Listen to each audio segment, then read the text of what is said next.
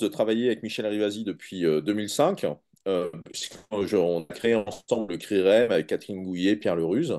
Et par la suite, lorsque Michel est passé député européen, elle m'a proposé de venir travailler à ses côtés sur la question des ondes, et de la santé, de l'environnement. Et donc, je l'ai accompagné pendant une dizaine d'années en tant qu'assistant parlementaire à Bruxelles.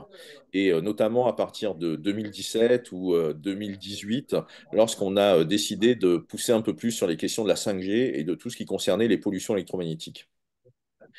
Et donc là, depuis un an maintenant, j'ai pris la suite de Michel à la présidence de AZB. Tu peux mettre le slide avec la page de Michel, s'il te plaît, Marie-Noël. Oui, ça vient. Voilà. Donc, l'association Zone Blanche a été créée il y a une grosse dizaine d'années maintenant, en 2014, par Michel Rivasi, qui était donc présidente fondatrice. Et Michel l'a créée suite à la façon dont elle a été humainement touchée par les cas des EHS de l'extrême, et notamment des dames qui vivaient dans des grottes, qui avaient été médiatisées à ce moment-là. Et donc, le propre d'AZB, son cœur de mission, en quelque sorte, sa raison d'être, c'est donc de développer des habitats compatibles avec les besoins des EHS. D'où cet intitulé Association Zone Blanche. Et pour y parvenir, donc pour peser dans le rapport de force, pour obtenir des résultats au niveau politique, mais aussi au niveau des projets immobiliers, eh bien, ça suppose plusieurs choses. Ça suppose que les EHS se rassemblent pour peser. Aujourd'hui, au niveau de l'association AZB, on a un peu plus de 300 adhérents. Et puis, il y a le fait, donc, bien sûr, d'avancer sur la reconnaissance. Et cette reconnaissance, elle n'est pas simplement politique ou légale ou administrative, elle est aussi sanitaire. Et donc, au sein d'AZB, on a deux comités techniques avec des experts. On a le comité technique, un comité, on va dire, sanitaire et social qui s'appelle le This COMES, qui meeting is concerne being recorded. voilà, ouais. Donc, on a donc quelqu'un, et Yves Alexandre Rafalovic, qui est avec nous ce soir, coordonne vraiment le COMES, le comité médico-social d'AZB. Et puis, il y a un autre comité technique qui s'appelle le COMET, qui lui, le COMET, c'est pour les alors, ensuite, donc l'association AZB est reconnue d'intérêt général, Alors, s'inscrit attends, dans ce qui est il y a un écho. l'économie sociale et Il y a un solidaire. écho. Je pense qu'il y a des personnes qui sont arrivées, qui ont leur micro ouvert. Ça pourrait expliquer cet écho. Et la Euh, personne les- nommée Françoise qui a son micro ouvert. Et sans François. doute Géraldine aussi. Ah non, Géraldine, ça va. Donc, si Françoise m'entend, merci de couper le micro. Et le corollaire et le dernier aspect de la mission d'AZB, c'est aussi donc travailler la visibilité des électro-hypersensibles et des personnes chimico-sensibles. Donc, les rendre visibles afin que ça puisse peser dans le débat, qu'on ait de l'influence et qu'on ait des résultats pour modifier l'environnement, et y compris modifier les conditions de vie autour de nous. Euh, à l'échelle de ce qui se décide sur les antennes relais, sur les lignes à haute tension, vraiment sur toutes ces nuisances que l'État et bien sûr les lobbies derrière persistent à nier ou à minimiser. Donc, il y a cet enjeu d'accompagnement des personnes, il y a cet enjeu de la reconnaissance, il y a l'enjeu de l'habitat et il y a l'enjeu de la santé. Alors, ce soir, c'est une soirée importante puisqu'en fait, c'est le début, le point de départ d'une aventure qu'on espère faire avec vous, qui est donc cette étude Asnubio. Marie-Noël, peux-tu passer, s'il te plaît, à l'écran suivant? Voilà. Donc Asnubio, qui est l'abréviation des trois partenaires qui sont associés sur cette étude, qui est AZB, le laboratoire Nutergia, et BioL, qui est un système de mesure du champ électrique, de l'activité énergétique du corps humain, vraiment au sens électrons, particules lumineuses, ondes électromagnétiques naturelles présentes dans le corps humain. Et, euh, et cette étude Asnubio, donc en fait, c'est la troisième étude que AZB a mis en place. La toute première étude qu'on avait faite en 2019, qu'on avait amorcé en 2019, en 2017 et qui a donné ses résultats en 2019, c'était une étude vraiment sur les attentes et les envies, avec donc de façon à caractériser les profils médico-sociaux des personnes EHS. On avait eu 650 personnes qui avaient participé à cette étude à l'époque. Et puis, on a fait une seconde étude en 2019 qui a donné ses résultats en 2020, où il y a eu 550 personnes qui ont participé et qui était plutôt une étude orientée habitat santé, de façon sous forme de sondage, hein, globalement, à ce que chacun puisse exprimer quels étaient ses besoins ou quels étaient le type d'habitat qui pouvait l'intéresser. Et là, on a vu, par exemple, qu'il y avait un tiers des personnes EHS qui ne souhaitaient pas quitter la ville, par exemple. D'autres étaient prêts à aller en milieu rural, mais une partie des personnes souhaitaient en tout cas rester en milieu urbain. Ça fait partie des études enfin, des résultats de l'étude qu'on avait fait à l'époque.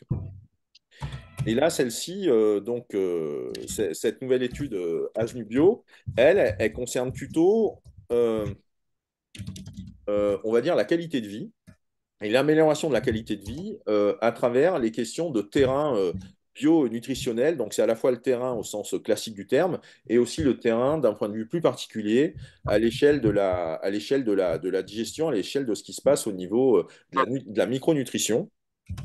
Et puis, on a le BioWell qui est donc un système qu'on va vous présenter au fur et à mesure de la présentation, qui vient en renfort pour apporter des données, de la mesure, pour mesurer, pour en tout cas quantifier ce qui se passe en termes de stress au niveau du corps, ce qui se passe par rapport à des processus métaboliques ou biologiques qui s'accompagnent d'une activité électromagnétique naturelle et qui va permettre comme ça, en 2 temps, vous allez voir après par rapport au déroulé, Marie-Noël va prendre la suite là, pour vous présenter le PowerPoint.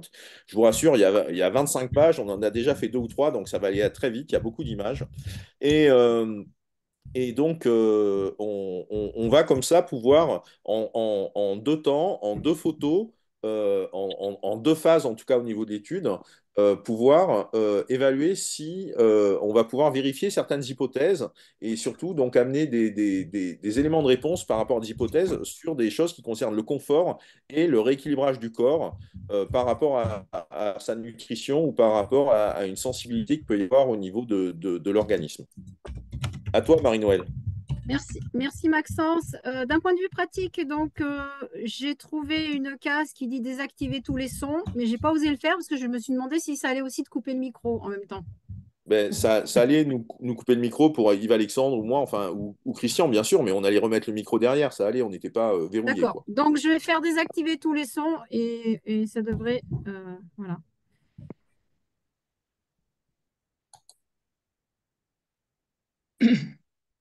Ok.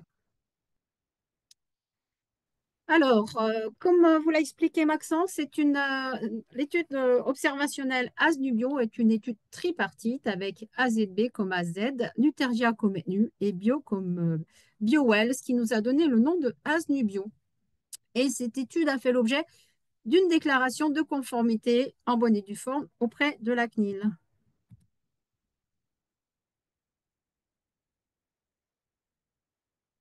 Alors, je passe la parole à nos partenaires de Nutergia, notamment à Virginie Barieux, directrice des relations médicales chez Nutergia. Voilà, bonsoir à tous et à toutes. Donc, moi, je suis pharmacienne de formation et j'ai rejoint le laboratoire Nutargia en 1998 puisque la santé naturelle m'intéressait au plus haut point et j'avais envie vraiment de rencontrer des personnes passionnées. Et donc, c'était le cas avec Claude Lagarde qui a créé donc le laboratoire Nutargia en 1989. On est situé en Aveyron, dans un endroit préservé au niveau environnemental. Et donc, il est pharmacien biologiste. Lui, dès le départ, s'est intéressé aux analyses, aux prises de sang, et il s'est aperçu qu'il y avait des subcarences en oligoéléments. Et c'est comme ça que tout un concept est né pour essayer de rendre à chacune de nos cellules leur potentiel de fonctionnement optimal. Alors pour cela, en fait, on va développer un petit peu après, mais ce qu'il faut retenir, c'est qu'on est concepteur et fabricant de compléments alimentaires depuis le départ. Alors si vous voyez en France actuellement, il y a à peu près 600, je dirais pas laboratoires, mais sociétés de compléments alimentaires. Il y en a qu'une dizaine qui fabriquent et qui conçoivent les produits. Donc fabriquer, ça veut dire aussi contrôler les matières premières. On peut recevoir des matières premières avec des bulletins d'analyse soi-disant conformes.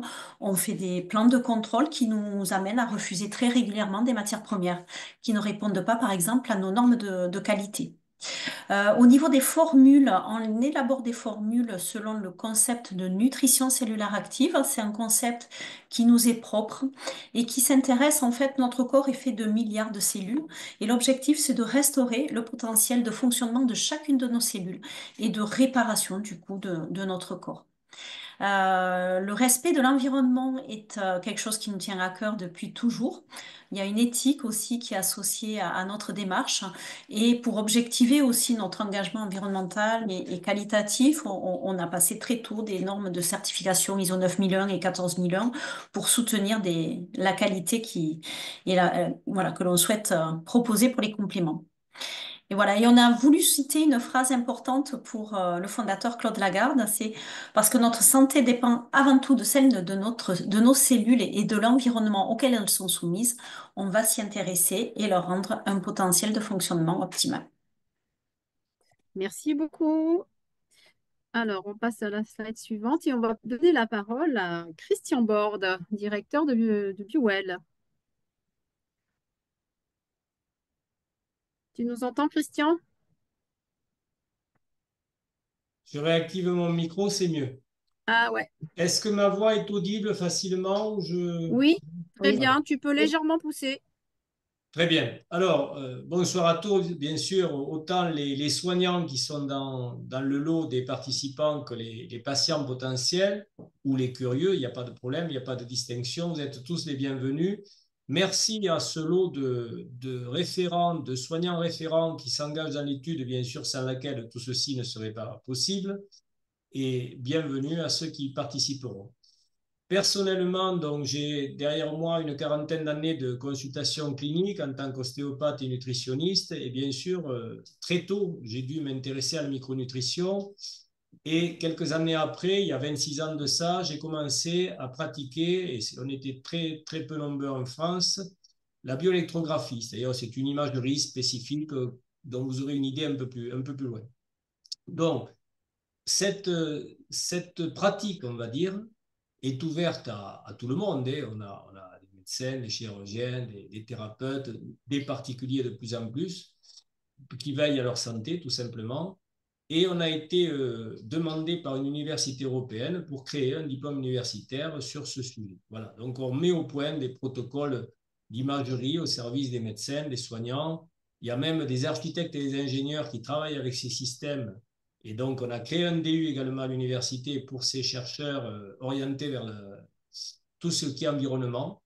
Donc, c'est pour vous dire que ça fait longtemps qu'on baigne là-dedans et on a cette double certitude, c'est que d'associer la micronutrition ciblée, et c'est là que vous allez comprendre tout le sens ce soir, à cette investigation qui va donner de la data, vraiment des chiffres, on peut arriver à améliorer l'état des personnes, on en est sûr, même si en priorité, bien évidemment, il faut s'intéresser à leur environnement et se battre pour que cette pathologie, ou du moins ce mauvais état induit par les ondes, soit pris en compte par nos instances. Voilà, c'était juste une petite présentation. La société BioWell France a été créée il y a une quinzaine d'années. Ça fait personnellement 20 ans que je forme des soignants. J'ai dû en former 1400 ou 1500 sur toute l'Europe. Voilà. Merci, Christian. Alors, on passe à la suite. Alors, à qui s'adresse cette étude? Eh bien, cette étude s'adresse à des personnes qui sont électro-hypersensibles. On a coutume d'utiliser l'acronyme EHS et ou à des personnes qui sont chimico-sensibles et on a coutume d'utiliser l'acronyme MCS, ça vient de l'anglais Multiple Chemical Sensitivity. Donc, cette étude est destinée à des adultes, à des personnes de plus de 18 ans. Deuxième point, ce sont des personnes qui sont entrées dans la phase consciente de l'EHS-MCS, c'est-à-dire que les personnes, elles ont établi qu'il y a un lien entre leurs symptômes et l'exposition aux ondes. Troisième chose, dans le cadre de cette étude, nous demandons aux participants de ne pas changer d'autres paramètres et habitudes de vie qui pourraient avoir une incidence sur les résultats de l'étude. Donc, on cite en exemple déménagement, modification d'exposition aux ondes, etc. Et notre objectif, c'est d'avoir entre 100 à 150 participants pour cette étude statistique. Je donne la parole au docteur Yves-Alexandre Rafalovic du COMES d'AZB. Je l'ai vu passer dans le nombre de personnes. On est maintenant à 184 participants pour votre information. Bonjour, merci à tous les participants. Ça fait plaisir d'avoir autant de monde. Voilà, donc on a créé le COMES il y a déjà quelques années pour donner une visibilité médicale à ce syndrome qui est très peu connu des professionnels de santé. Et alors qu'il constitue, à mon avis, une grosse part de la pathologie qui passe habituellement sous les radars. Et depuis le début, on n'a pas eu de cesse d'essayer de mobiliser et de faire en sorte que ça soit davantage pris en compte par les acteurs de la santé individuelle, la santé publique, la santé officielle, c'est-à-dire la médecine telle qu'elle est enseignée, et puis les autres techniques de soins telles qu'elles sont enseignées dans le pays. Mais aussi, on a été obligé de s'orienter vers ce qu'on appelle le secteur des médecines alternatives et complémentaires, parce qu'on a un petit peu rencontré un mur. On peut dire qu'il y a une espèce de corruption systémique dans le secteur de la santé qui fait que ça a beaucoup de mal à passer. Donc voilà, cette étude est l'illustration de notre volonté après de s'orienter vers ce secteur et on espère maintenant que vous allez être les relais et que beaucoup de gens vont s'intéresser au problème. Qu'est-ce qu'il fallait dire? Quel est le but de l'étude? Alors, les trois acteurs que sont donc notre association Nutergia et les praticiens BioWell apportent chacun leur énergie, chacun une chose différente et le fait de se mettre ensemble va me permettre des échanges. Ça, c'est un premier aspect. Le deuxième aspect, c'est pouvoir publier, faire de la recherche, pouvoir dire qu'est-ce que c'est, quelles sont les façons de prendre en charge, publier ça. Faire des statistiques pertinentes, bien sûr, favoriser une meilleure compréhension, communiquer les résultats publiquement. Oui, le travail avait été commencé par Dominique Bellepomme et son équipe et par plein de gens. Et là, bon, voilà, on va porter notre pierre à l'édifice pour que cette grande part de la santé soit enfin mise à sa place. Je vous remercie et je vous laisse la parole. Je passe à la slide suivante. Alors, comment fonctionne cette étude avec nos partenaires BioWell? Eh bien, écoutez, pendant plusieurs mois maintenant, nous avons sensibilisé grâce à Christian Borde des praticiens pour venir rejoindre cette étude. Donc, à terme, nous avons sensibilisé 34 praticiens BioWell. 28 sont en métropole, une personne est sur la Guadeloupe, une personne est sur l'île de la Réunion, 3 sont en Belgique et une personne est en Suisse, près de la frontière française. Et donc, vous avez la liste des départements à côté pour vous donner une idée, parce que dans les prérequis pour venir, pour participer à cette étude, eh bien, il faudra que le participant puisse aller au domicile du praticien ou alors que le praticien puisse se rendre au domicile du participant. Avec l'étude, enfin, avec la présentation de l'étude, il y a toute une liste avec les coordonnées, les adresses. Donc, chaque personne intéressée pourra voir si il y a une personne, un praticien géolocalisé suffisamment proche de chez soi pour pouvoir se rendre chez le praticien. Donc, c'était une condition importante. Vous voyez qu'il y a des départements où malheureusement, il n'y aura pas de praticien. Il y a des départements où il y en aura plus d'un, il y en aura deux ou trois. Voilà, bien sûr, ça s'est fait de manière un peu aléatoire. En tout cas, tous ont été sensibilisés à l'électrohypersensibilité. Ils ont tous reçu une éducation à ce que c'est que l'électrohypersensibilité, à ce que c'est que la chimico-sensibilité. Il y a eu plusieurs séances en ligne de formation. La dernière qu'on a eue avec toute l'équipe des praticiens visait à rappeler un petit peu les codes. Donc, on a sensibilisé à la sensibilité aux basses fréquences, aux hautes fréquences.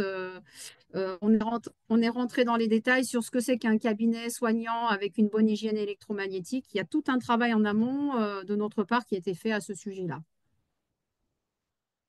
Alors, comment va se dérouler l'étude? L'étude, elle se fait en 3 temps. Il y a 3 phases pour cette étude. La première phase, les personnes qui sont intéressées, elles s'inscrivent. Elles nous envoient, d'abord en préambule, elles ont vérifié qu'elles ont un praticien qui leur convient. Ensuite, elles envoient le formulaire de consentement en ligne. Elles répondent aux 2 questionnaires. Elles auront reçu de la part d'AZB un mail et elles répondront. Elles n'auront plus qu'à suivre les informations. Et vous reprendrez aux 2 questionnaires en ligne. Et ensuite, vous prendrez rendez-vous chez votre praticien. Phase 2, c'est la période de la consultation et de la cure de 3 mois. Vous suivez les recommandations diététiques pendant 3 mois. Et au bout de 3 mois, en phase 3, vous avez une dernière consultation et une dernière évaluation. Vous répondez au questionnaire, à nouveau à 2 questionnaires, celui d'AZB qui sera un peu différent et Nutergia qui sera le même. Vous prenez un nouveau rendez-vous avec votre praticien et ainsi l'étude se termine. Alors, on insiste sur le fait que la dernière consultation est importante parce que sans cette dernière consultation, on ne peut pas faire une comparaison avec un avant et un après. Donc, il faut que les participants s'y tiennent et s'engagent pour qu'on puisse avoir des données fiables. Je passe maintenant la parole à Nutergia pour la suite. Je passe. Hop. Voilà. Voilà, donc voilà, j'ai vu qu'il y avait quelques questions auxquelles on répondra après. Là, l'intérêt, c'était de présenter un petit peu de pourquoi on est dans cette étude et voilà, qu'est-ce que ça peut apporter avec la multidisciplinarité. Donc, le profil santé micronutrition, déjà, a 25 ans d'existence. On l'a créé en déterminant 7 terrains bionutritionnels qui vont permettre de remonter un petit peu à la cause des problématiques plutôt que d'avoir une approche symptomatique uniquement. Et on verra un petit peu plus tard qu'on voit qu'il y a des terrains en carence, des terrains en excès. Et le fruit de notre expérience et des échanges avec les professionnels de santé au cours de toutes ces années nous a permis de déterminer un temps optimum, quand même, minimum, pour plutôt même, suivant les problématiques, qui est de 3 mois pour un accompagnement. Et sachant que quand vous faites le profil santé micronutrition, il y a une 50aine de questions qui portent sur les habitudes alimentaires, l'environnement, des troubles généraux et qui vont permettre voilà, d'objectiver, de visualiser les différents déséquilibres de l'organisme. Ces terrains vont permettre à partir de là de pouvoir proposer un accompagnement nutritionnel et micronutritionnel. On ne peut pas séparer la micronutrition de l'alimentation et de l'hygiène de vie.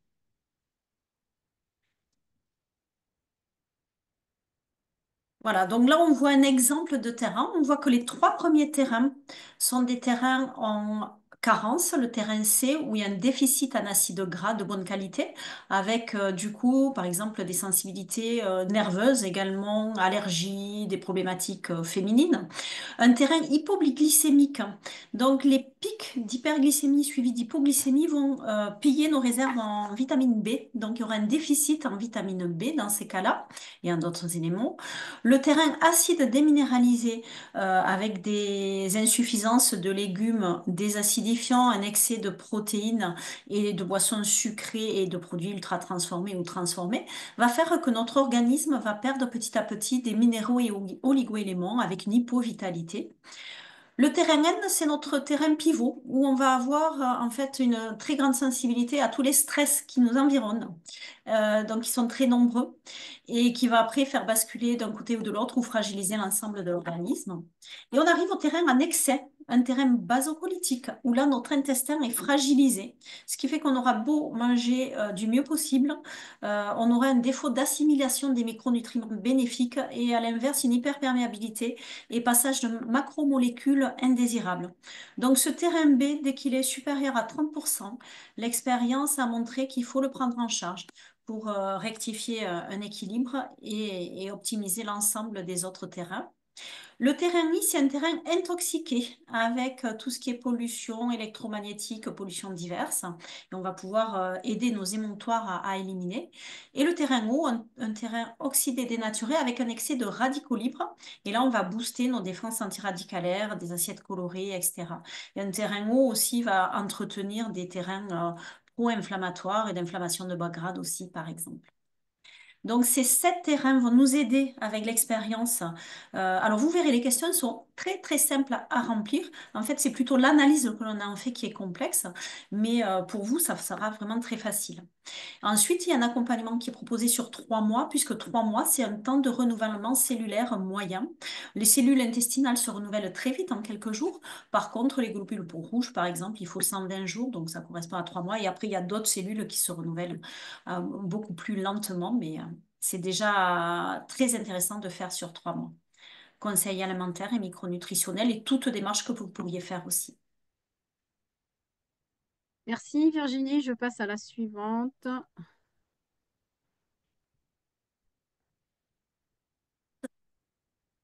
Le micro. Virginie, le micro est coupé. Oui. Ouais, c'est bon. Ah, non, oui. Non, non, mais Donc, c'est il y a bon, une non. C'est bon. Il y a une phase de détoxination qui dure un mois, qui va permettre d'éliminer toutes les surcharges cellulaires. En fait, on nettoie. C'est comme le nettoyage de printemps, on nettoie et puis après on repeint ou on apporte d'autres éléments. Donc là, on va optimiser le fonctionnement cellulaire en favorisant l'élimination des toxines, la neutralisation des radicaux libres. Également, on va pouvoir neutraliser l'excès d'acidité de l'organisme. Et en phase 2, c'est une durée de 2 mois. Ça va permettre de vraiment relancer tout ce qui est fonctionnement cellulaire par l'apport de nutriments spécifiques pour relancer les métabolismes. Et c'est ce qui va permettre de favoriser le retour à un équilibre général et une meilleure vitalité qu'on a pu observer chez de nombreuses et nombreuses personnes. Il faut savoir qu'il y a à peu près 20 000 profils qui sont réalisés chaque année depuis 25 ans. Donc voilà, et puis on échange toujours avec de nombreux professionnels de santé. Donc on a un gros retour d'expérience là-dessus et notamment dans l'accompagnement avec, pour Christian par exemple, sur des personnes électrosensibles.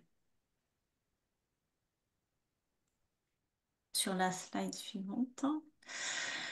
Alors, le profil santé micronutrition va nous permettre de comprendre quels sont les déséquilibres à l'origine de la perturbation du terrain. Parce que les déséquilibres peuvent être très variés. Ils peuvent être liés à des carences, par exemple en acides gras, dans le terrain de déficit en acides gras, ou en acides aminés si on ne mange pas assez de protéines. Ça peut être un terrain haut avec un déficit en antioxydants. On voit que les carences sont multiples. Bon, idéalement, d'ailleurs on le verra dans le chat, ça serait bien qu'il n'y ait aucun laboratoire de compléments alimentaires qui existe. Ça, c'est ce que dit toujours Claude Lagarde. C'est vrai qu'idéalement, il faudrait que l'on puisse trouver dans l'alimentation tout ce dont on a besoin et qu'on vive dans une société où il n'y a pas trop de stress, pas trop de pollution et ainsi de suite.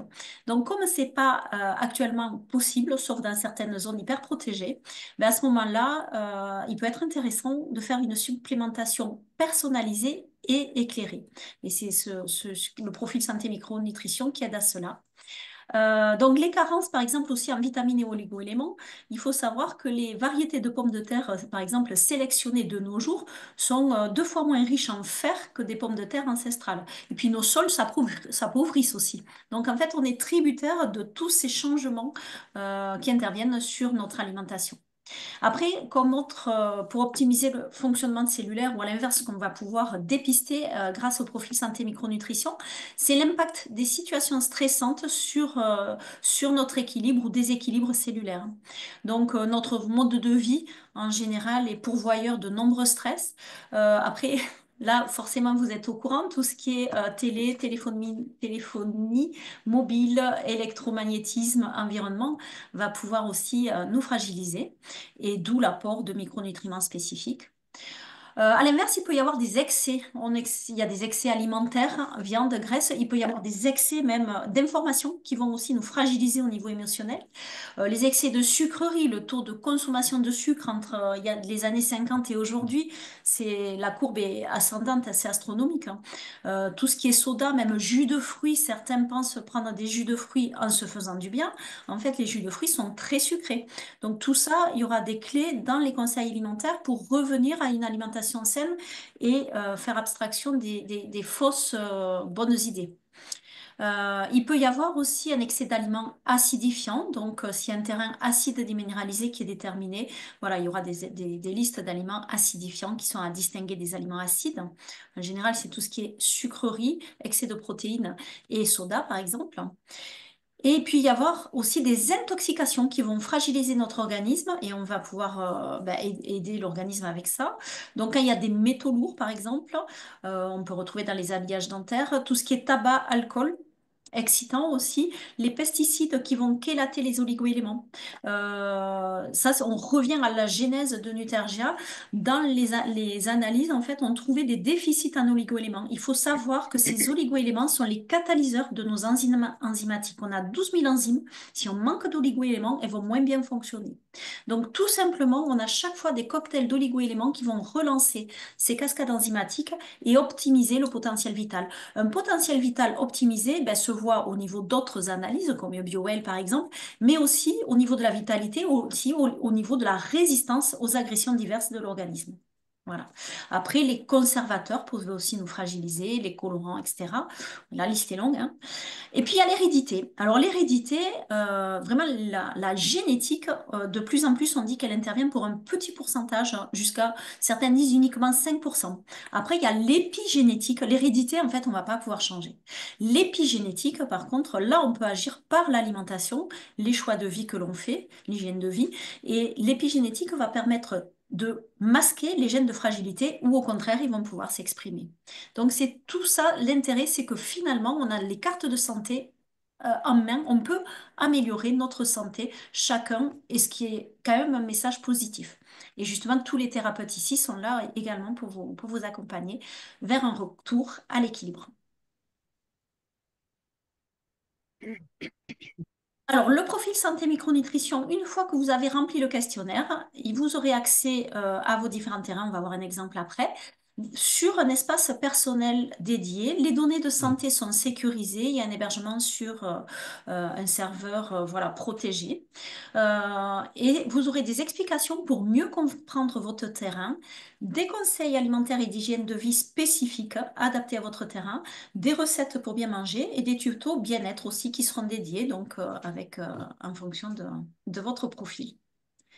Je ne vais pas développer là puisque sinon ça serait trop long. Donc là, c'est un exemple, par exemple, d'un profil réalisé par donc un test, c'est un profil test. Donc on voit sur ce terrain que c'est le terrain B basocolytique qui est supérieur, qui est le plus élevé. Donc c'est celui qui va être pris en charge en premier. Et en prenant celui-ci en charge avec des micronutriments spécifiques que l'on va voir, en fait, l'ensemble des terrains va être amélioré au bout des 3 mois. En refaisant au bout de 3 mois, on verra, on va pouvoir suivre visuellement l'évolution. Et il y a la notion de l'index qui va permettre de baisser, de voir un meilleur équilibre global qui va pouvoir être atteint. Et sur la slide suivante, voilà, pour terminer. Donc là, c'est un exemple d'accompagnement où on voit qu'il y a à chaque fois des oligoéléments par terrain pour relancer ces fameuses cascades enzymatiques qui sont fondamentales, des micronutriments spécifiques pour le premier mois pour détoxiner et puis pour restructurer avec d'autres éléments, donc notamment après des probiotiques, de la glutamine, voilà, il y a énormément d'éléments et chaque formule et chaque fois, ce sont des dosages physiologiques respectueux de l'organisme qui sont là pour accompagner l'organisme à revenir à un équilibre et à ce qu'une une amélioration perdure dans le temps. Merci Merci. Virginie. C'est maintenant Christian qui reprend la parole. Bien, merci beaucoup Virginie pour ces rappels éclairés. Juste pour information, ça fait plus de 35 ans que je travaille avec Nutergia et 25 ans que je connais le Iomètre, 25 et quelques. Et au dire de très nombreux médecins et soignants, ils disent qu'il n'y a pas un bilan équivalent parce que ça ne coûte rien dans le sens où ce sont des questions et c'est d'une précision redoutable. Donc, vous pouvez d'emblée avoir confiance dans ce système parce qu'il est avéré, il est vraiment au point. Voilà, donc revenons à notre BioWell. Pourquoi on s'est dit qu'on pourrait faire rentrer BioWell dans cette étude? Tout simplement parce que on voulait sortir de la problématique de la subjectivité des patients EHS.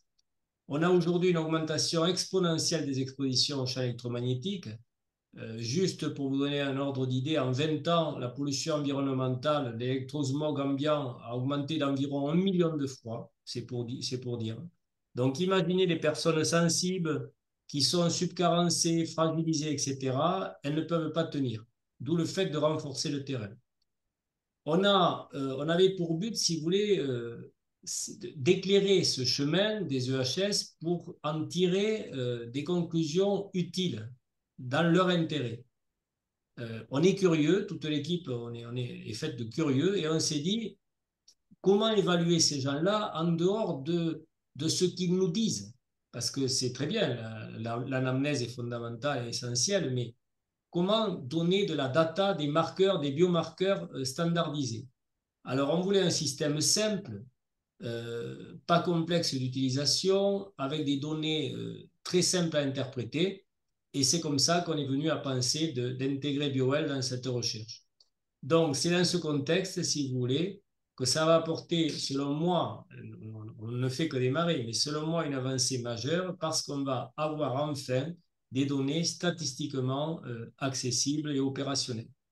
Donc là, ça va faire vraiment un pas en avant dans ce domaine parce que jusqu'à maintenant, à part bien sûr les travaux du professeur Dominique Bellepomme avec des choses beaucoup plus sophistiquées, mais là, on est dans quelque chose d'aussi simple que le IOMET, quelque part. Simplement, c'est informatisé et on va avoir de l'imagerie. Diapo suivante. Alors, voilà à quoi ressemble une consultation. Bon, là, vous avez un mannequin avec le directeur Europe de BioWell, Dimitri Orlov, et qui est en train de mesurer cette magnifique patiente. Et vous allez voir sur l'image d'après, voilà l'interprétation, si vous voulez, au suivi de la mesure, bien évidemment, il y a toujours un échange avec le patient ou la personne qui est là, de manière à l'éclairer. Il ne faut pas que ce soit un examen, on met les doigts, on sort les doigts, terminé, on s'en va, merci. Il y a toujours cet échange autour des résultats, en tout cas les résultats au moment du lancement, c'est-à-dire première consultation, et bien évidemment, comme il y a une fonctionnalité comparée sur la caméra, on peut comparer l'avant-après, les praticiens se feront un plaisir d'intégrer les résultats du début et de la fin pour justement comparer tout ça. Alors, comment fonctionne cette caméra? Elle est basée sur la décharge gazeuse, si vous voulez. Qu'est-ce que ça veut dire? C'est une électrostimulation, mais qu'on ne sent pas. C'est une prouesse technologique. Si vous voulez, en gros, c'est une caméra tellement sensible qu'elle va enregistrer l'émission d'électrons au niveau de la peau. Quand ces électrons sont émis en permanence, et ils sont émis en permanence durant toute notre existence, on émet des électrons et des photons, des électrons qui se couplent aux photons qu'il y a dans l'atmosphère. Ça crée ce qu'on appelle, ce que les ingénieurs, les physiciens, les électroniciens connaissent sous le nom d'effet couronne ou corona. J'aime pas corona parce que ça nous rappelle de mauvais souvenirs, donc on restera sur effet couronne. Cet effet couronne bien connu est capté par la caméra et est analysé selon une sectorisation très très précise, puisque maintenant, ça fait de très longues années que tout ceci est au point. Les premières racines, si vous voulez, c'est les prémices de la bioélectrographie, c'est 1777, avec Lichtenberg en Allemagne, c'est pour vous dire. Un siècle après, il y a eu Nikola Tesla, il y a eu le docteur Peter Mandel en Allemagne, quelques années après, dans les années 1980, et le professeur Konstantin Korotkov qui a lancé vraiment la numérisation d'images dans les années 95. Donc, il était enseignant à l'école polytechnique et donc, avec tout son génie, il a pu mettre ça au point. Voilà. On part des doigts, tout simplement des doigts des mains. Donc, aucune, je dirais, aucune gêne. J'ai depuis 26 ans des électrosensibles dans mon cabinet. Toutes les semaines, je vois des gens très, très atteints. Jamais personne ne m'a dit je sens quelque chose, quoi que ce soit. On ne sent rien. Pour preuve, on peut analyser des bébés, des femmes enceintes, justement pour surveiller l'avancée de leur grossesse, etc. C'est vous dire qu'il y a une innocuité complète. Et donc, ces émissions électrophotoniques, puisque c'est comme ça que ça s'appelle, elles vont être analysées instantanément et ça va nous donner des facteurs clés comme le stress et l'énergie.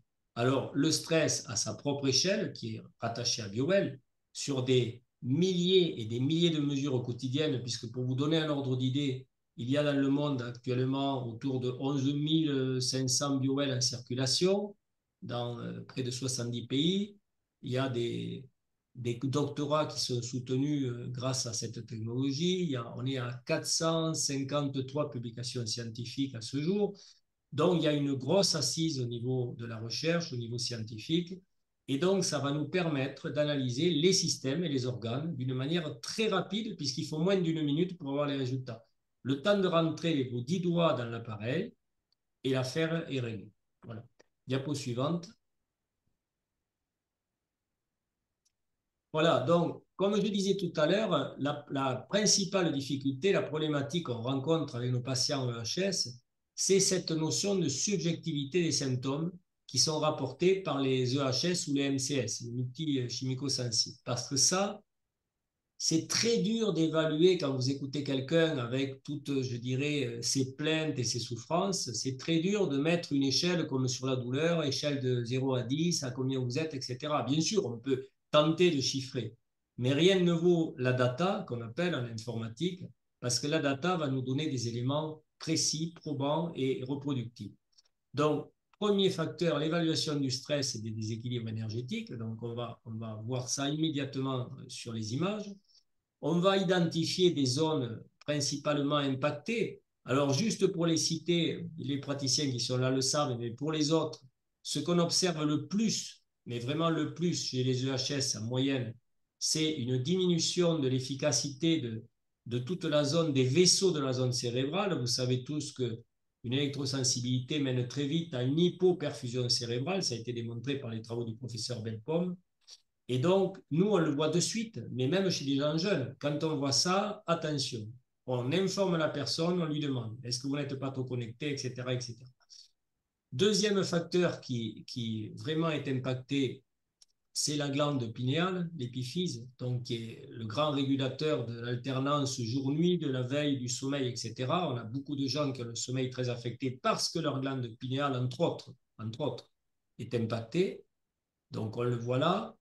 On voit le système surrénalien qui se bat au début énormément, donc qui est en orthosympathicotonie, donc qui se déploie à fond pour lutter, pour résister. Et au bout d'un moment, on arrive à un état d'épuisement et donc on passe en parasympathique.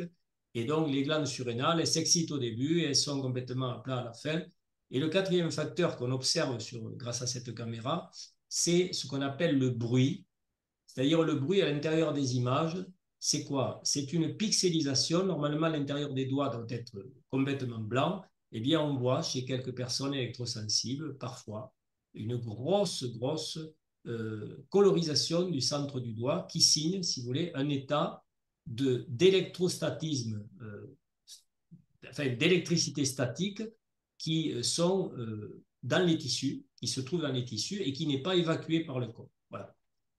Troisième point donc, sur l'intérêt de cette étude, c'est ce suivi longitudinal des patients, bien évidemment, c'est-à-dire des mesures répétées, même si elles sont espacées de 3 mois, ça va donner une meilleure compréhension des réactions du corps et surtout en fonction des résultats qui seront, je l'espère, partiellement suffisants, mais parfois aussi insuffisants chez certains, des gens très, très impactés, ça ne suffira pas et il faudra bien sûr ensuite, par toutes les compétences qu'ont les praticiens référents dans cette étude, les orienter vers comment réfléchir leur habitat pour vraiment essayer de limiter l'impact. Voilà.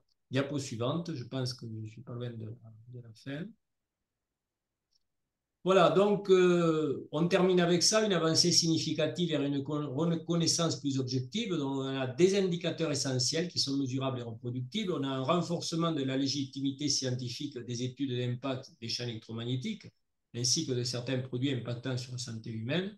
Ça va permettre de mieux comprendre les mécanismes sous-jacents de l'électrosensibilité et ça va ouvrir, je l'espère, des voies, des approches thérapeutiques plus adaptées parce qu'il est vrai que on en parlait récemment, le facteur nutrition et micronutrition est souvent assez mal ou peu pris en compte dans l'EHS et MCS, mais il fait partie, puisque c'est une pathologie multifactorielle, eh bien, il faut que les thérapies soient multi-orientées, multifactorielles également.